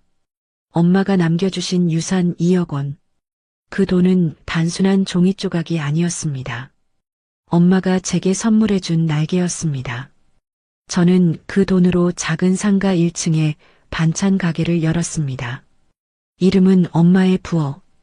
엄마가 평생 간직했던 손맛 레시피를 되살려 만든 반찬들은 오픈 한 달 만에 입소문을 타고 대박이 났습니다. 사장님, 이거 방송 한번 타야 하는 거 아니에요? 맛이 예술인데? 단골 손님의 칭찬에 저는 수줍게 웃었습니다. 통장에는 매달 찍히는 수익금이 차곡차곡 쌓여갔고 퇴근 후에는 나를 위해 요가를 다니고 주말에는 꽃꽂이를 배웠습니다. 누군가의 아내, 누군가의 며느리가 아닌 오롯이 김정숙으로 사는 살. 그것은 달콤했고 짜릿했습니다. 엄마, 보고 있어? 나 이렇게 잘 살아. 엄마 덕분에. 반면 도시의 화려한 불빛이 닿지 않는 저 밑바닥. 곰팡이 핀 벽지와 퀴퀴한 냄새가 진동하는 5평짜리 쪽방. 아이고 삭신이야. 비가 오려나 무릎이 쑤셔 죽겠네. 김 여사 아니 이제는 그저 폐지 줍는 노인이 된 전 시어머니가 끙끙 앓는 소리를 냈습니다. 1년 전만 해도 30평 아파트에서 며느리가 차려주는 밥상을 봤던 그녀의 모습은 온데간데 없었습니다. 머리는 산발이었고 손톱 밑에는 때가 껴 있었습니다. 엄마 밥 없어? 나 배고파. 이불 속에서 부스스 일어난 남편 민철이 칭얼거렸습니다. 1년 전 아파트 경매로 쫓겨난 뒤 두 사람은 이 좁은 고시원 같은 쪽방촌으로 흘러들어왔습니다. 남편은 사채업자들의 독촉을 피해 일용직을 전전하다가 그마저도 힘들다며 방구석에 처박혀 술만 마시는 폐인이 되어 있었습니다. 밥이 하늘에서 떨어지냐? 내가 나가서 돈을 벌어와야 밥을 해먹을 거 아니냐? 아씨, 노가다 판도 요즘 일거리 없대. 엄마가 폐지판 돈 있잖아. 그걸로 라면이나 사 먹자. 이 미친놈아. 그게 무슨 돈이라고. 내 약값도 모자라 죽겠는데. 두 사람의 고함 소리가 얇은 벽을 타고 옆방으로 넘어갔습니다. 조용히 좀 합시다. 잠 좀 자게. 옆방 남자의 고함에 민철은 깨갱하며 목을 움츠렸습니다. 비참했습니다. 하지만 더 비참한 건 그들의 배고픔이었습니다. 정숙이 그녀는 잘 살고 있으려나. 시어머니가 멍하니 천장을 보며 중얼거렸습니다. 그년이 위자료다 뭐다 해서 내 아파트 값에서 지분 챙겨가지만 않았어도 우리가 이 꼴은 안 났을 텐데. 엄마, 그 얘기 그만해. 법원에서 판결 난 걸 어떡해. 내가 도박한 게 증거가 다 있어서 꼼짝 못한 거잖아. 그래도 그렇지. 30년을 데리고 살았는데 어떻게 그렇게 매몰차게, 피도 눈물도 없는 년. 그때였습니다. 민철의 핸드폰이 울렸습니다. 발신자는 박 사장. 그 지긋지긋한 사채업자였습니다. 히, 또 전화 왔어. 받지 마. 받지 마라, 민철아. 하지만 안 받으면 찾아올 게 뻔했습니다. 민철은 떨리는 손으로 통화 버튼을 눌렀습니다. 여보세요? 형님. 제가 이번 달 이자는 꼭. 야, 김민철. 너 언제까지 그렇게 쥐새끼처럼 살래? 내가 좋은 정보 하나 줄까? 네. 정보요? 너 내전 마누라 소식 못 들었어? 요 옆 동네에 반찬 가게 차렸는데 아주 대박이 났던데? 줄 서서 먹더라, 야. 뭐라고요? 정수기가요? 민철의 눈이 동그랗게 커졌습니다. 그 가게 권리금만 해도 억소리 나겠던데. 야, 너는 마누라가 돈방석에 앉았는데 쪽방에서 라면이나 끓여 먹고 있냐? 재주도 없다, 쯧쯧. 잘 좀 해봐라. 다시 합치면 내 돈도 갚고 너도 팔자 필 거 아니냐. 전화가 끊겼습니다. 민철의 심장이 쿵쾅거리기 시작했습니다. 정수기가 대박이 났다? 돈방석에 앉았다? 민철은 벌떡 일어나 시어머니를 흔들었습니다. 엄마, 들었어? 정숙이 그 여자가 대박이 났대. 반찬 가게 차려서 떼돈을 벌고 있대. 뭐야? 그게 정말이야? 시어머니의 눈에도 탐욕스러운 생기가 돌았습니다. 그럼 그렇지. 내 장모 유산이 꽤 됐던 거야. 그년이 그거 홀라당 챙겨서 나간 거라고. 아이고 배야, 아이고 배야. 엄마, 이러고 있을 때가 아니야. 사채업자 형님이 그러는데 다시 합치면 팔자핀데. 그래, 부부 싸움 칼로 물백이잖아. 내가 가서 싹싹 빌면 받아주지 않을까? 30년 정이 있는데? 그럼, 암만 그렇고 말고, 여자는 늙으면 남편밖에 없는 거야. 그년도 혼자 살기 적적할 텐데, 우리가 가서 좀 달래주고 비비면 못 이기는 척 받아줄 거다. 두 모자는 서로 마주보며 희망에 찬, 아니 망상에 찌든 미소를 지었습니다. 쪽방의 퀴퀴한 냄새도 잊은 채 그들은 이미 정숙의 가게 카운터에 앉아 돈을 세는 상상을 하고 있었습니다. 가자, 민철아. 가서 우리 며느리 좀 데려오자. 아니, 내 돈 찾으러 가자. 그래, 엄마. 내가 꽃이라도 사들고 가야 하나? 아, 돈이 없지. 일단 그냥 가자. 가서 얼굴 보면 맘 약해질 거야. 그날 저녁, 엄마의 부엌 앞. 마감 청소를 하고 있던 저는 문득 등 뒤가 서늘해짐을 느꼈습니다. 유리창 너머 어둠 속에서 누군가 저를 뚫어지게 쳐다보는 시선이 느껴졌거든요. 고개를 돌려보니 가로등 불빛 아래 익숙한 듯 낯선 실루엣이 보였습니다. 허름한 등산 점퍼에 며칠 안 감은 듯한 떡진 머리, 그리고 잔뜩 구부정한 어깨. 하지만 그 눈빛만큼은 1년 전 제 조의금을 탐내던 그 눈빛과 똑같았습니다. 남편이었습니다. 아니, 전 남편 김민철. 그는 가게 안의 화려한 조명과 진열된 반찬들, 그리고 굶고 정산을 하고 있는 제 손을 번갈아 보며 침을 꿀꺽 삼키고 있었습니다. 마치 성냥팔이 소녀가 부잣집 창문을 훔쳐보듯, 아니 굶주린 하이에나가 먹잇감을 노려보듯 말이죠. 저는 흠칫 놀랐지만 이내 평정심을 되찾았습니다. 올 줄 알았습니다. 언젠가는 냄새를 맡고 찾아올 거라고 예상했습니다.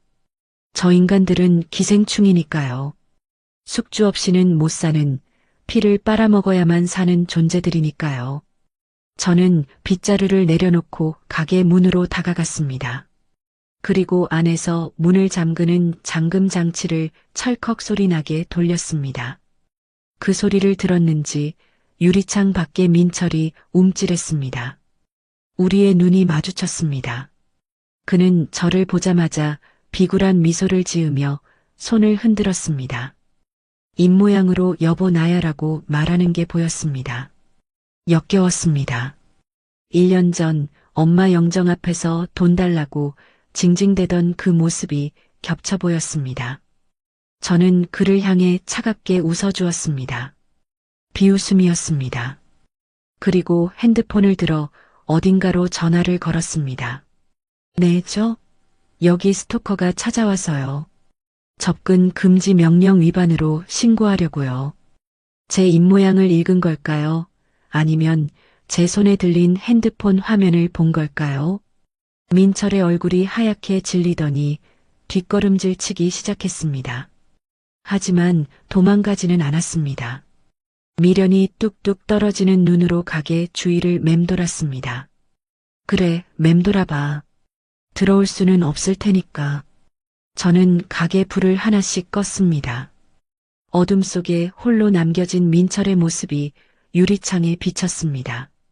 그 모습은 1년 전 제가 닫고 나온 현관문 뒤에서 절규하던 그 모습보다 더 처량하고 비참해 보였습니다. 가게 뒷문으로 나오며 저는 밤하늘을 올려다보았습니다. 별이 유난히 밝았습니다. 엄마, 나 잘하고 있지? 저 인간들, 이제 나한테 아무것도 아니야. 그냥 지나가는 벌레만도 못한 존재야. 내일은 더 바쁜 하루가 될 겁니다. 신메뉴 개발도 해야 하고 단체 주문도 들어왔으니까요. 제 인생은 이제 막 꽃피기 시작했습니다. 저 썩어가는 걸음 더미와는 완벽하게 분리된 향기로운 꽃밭에서 말이죠. 아, 김정숙, 문 열어. 내가 내 시어머니야. 다음 날 아침 가게 문을 열기도 전에 밖에서 고함 소리가 들렸습니다. 출근길 사람들이 웅성거리며 모여들었고 유리창 너머로 시어머니가 지팡이로 문을 쾅쾅 두드리는 게 보였습니다. 옆에는 남편 민철이 잔뜩 주눅든 표정으로 서 있었습니다. 올 것이 왔구나. 어제 남편을 신고하겠다고 으름장을 놓았지만 사채업자의 압박에 몰린 쥐들은 결국 고양이 앞이라도 나타나게 되어 있었습니다. 저는 잠금 장치를 풀지 않은 채 블라인드만 걷어 올렸습니다. 시어머니와 눈이 마주쳤습니다. 1년 전 제 등짝을 후려치며 밥상 차려라고 소리치던 그 기세는 온데간데 없고 쭈글쭈글하고 초라한 노파 한 명이 서 있었습니다. 며느라가 문 좀 열어다오. 내가 할 말이 있다. 정수가, 우리 엄마가 너 보고 싶어서 밤새 한숨도 못 잤어. 문 좀 열어봐. 민철이 유리창에 얼굴을 대고 비비며 소리쳤습니다. 지나가던 사람들이 저 사람들 뭐냐, 돈 떼먹었나? 하며 수군거렸지만 그들은 아랑곳하지 않았습니다. 쪽팔림보다 배고픔이 빚독촉의 공포가 더 컸기 때문이겠죠. 저는 잠시 고민하다가 가게 스피커폰을 켰습니다. 안에서 말하면 밖으로 들리게 하는 인터폰이었습니다. 문은 열어주지 않았습니다. 그 더러운 발을 제 신성한 가게에 들이고 싶지 않았으니까요. 할 말 있으면 거기서 하세요. 아이고, 정수가, 너 얼굴이 참 좋아졌구나. 그래, 가게도 번듯하고 내가 꿈을 잘 꿨나 보다. 시어머니는 억지 웃음을 지으며 알랑방귀를 뀌었습니다. 어머니, 용건만 말씀하세요. 저 영업 준비해야 해요. 그래. 다름이 아니라 우리가 지금 사정이 좀 딱하게 됐다. 집도 넘어가고 갈 데가 없어서 내가 우리 좀 걷어주면 안 되겠니? 30년 정이 있는데 내가 이렇게 매몰차게 굴면 안 되지. 정이라고 하셨어요? 그래. 미운 정, 고운 정 다 들었잖니. 내가 그동안 널 얼마나 딸처럼 생각했는데. 딸처럼요? 딸한테 친정엄마 위독하다는데 밥상 차리라고 앞치마 던지나요?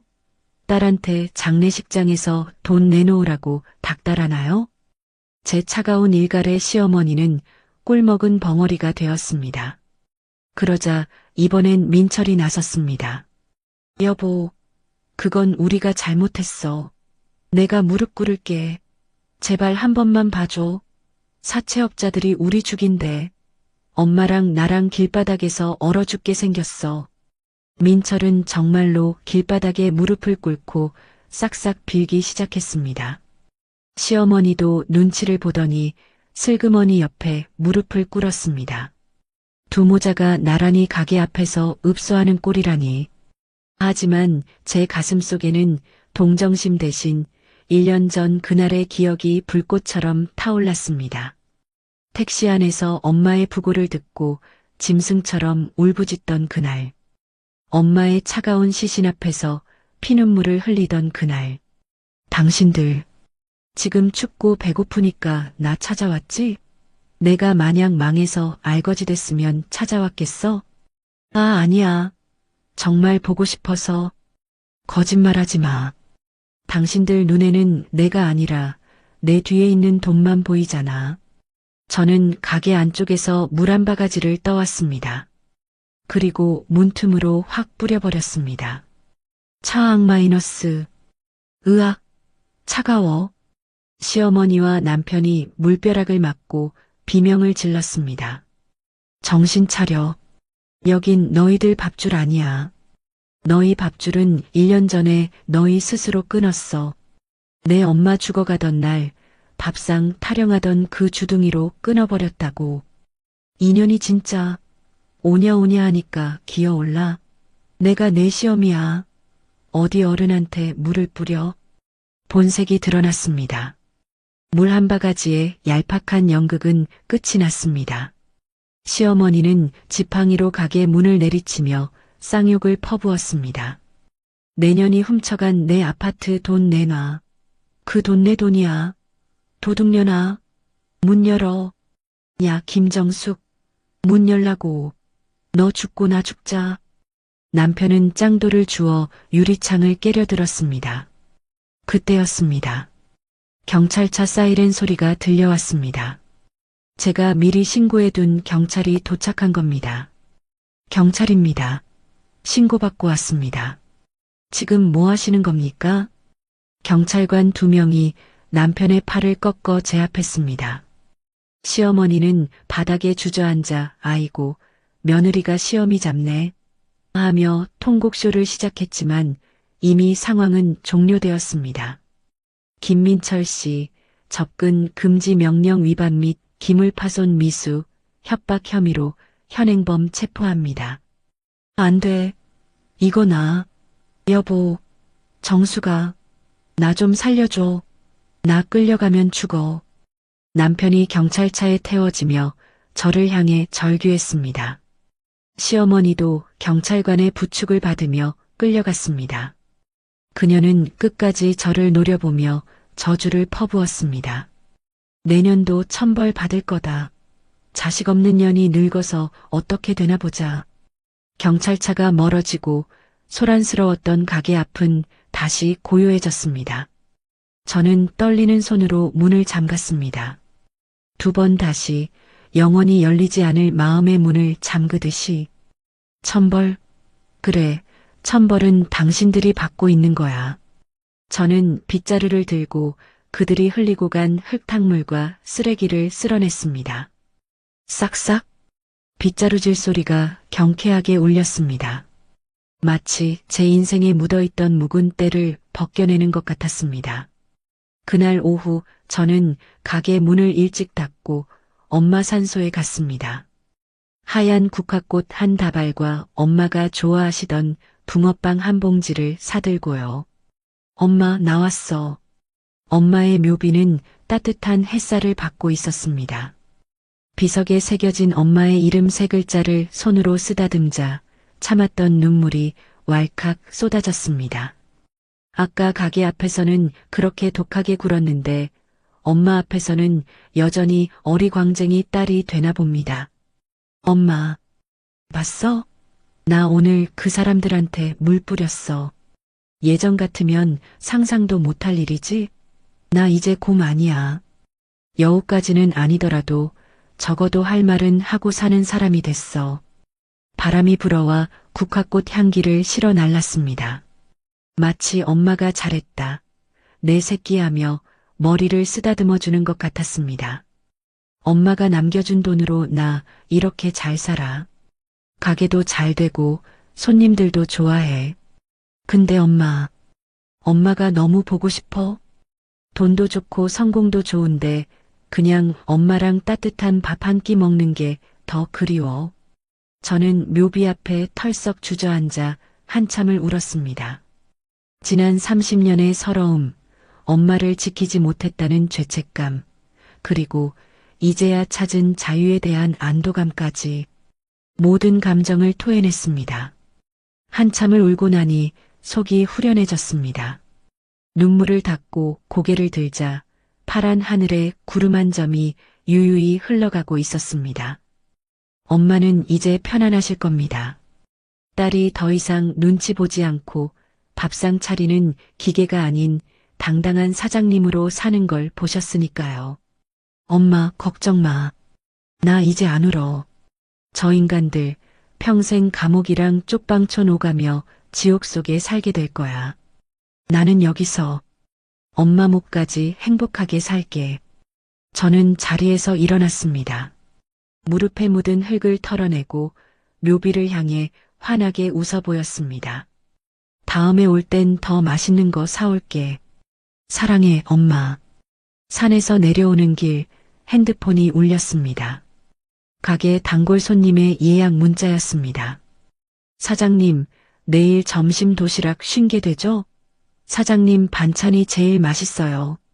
저는 미소를 지으며 답장을 보냈습니다. 네, 물론이죠. 정성을 다해서 준비할게요. 발걸음이 가벼웠습니다. 뒤를 돌아보지 않았습니다.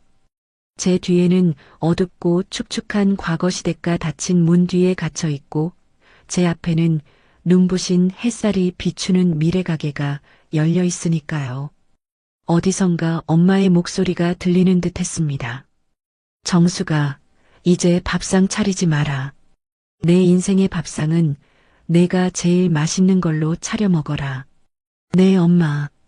이제 제 인생의 주인공은 저예요. 제 식탁에는 제가 좋아하는 것들로만 가득 채울 거예요. 햇살 속으로 걸어가는 제 등 뒤로 길가에 핀 민들레 홀씨가 바람에 날려 자유롭게 날아갔습니다. 저처럼 아주 멀리, 아주 높이. 오늘의 이바구는 여기까지입니다. 끝까지 함께 해주셔서 감사드리며 구독과 좋아요 눌러주시면 놀라운 인생 사연들을 누구보다 먼저 무료로 만나보실 수 있습니다.